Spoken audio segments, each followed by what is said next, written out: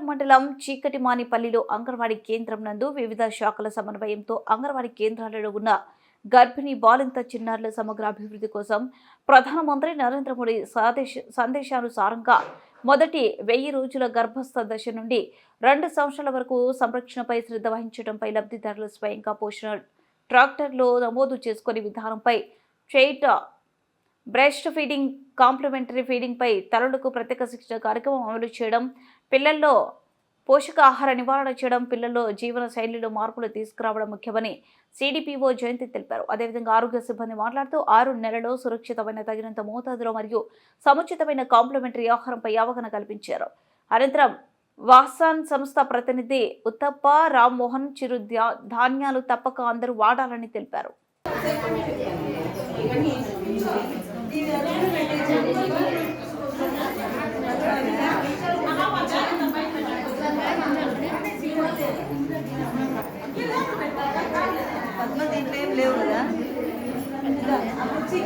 అవన్నీ అక్కడికి పెట్టండి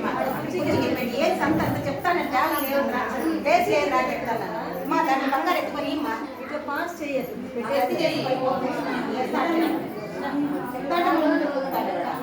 వాళ్ళని కూర్చోమని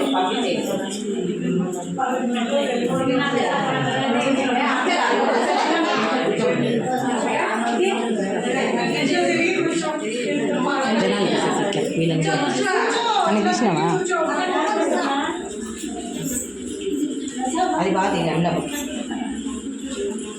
బాగా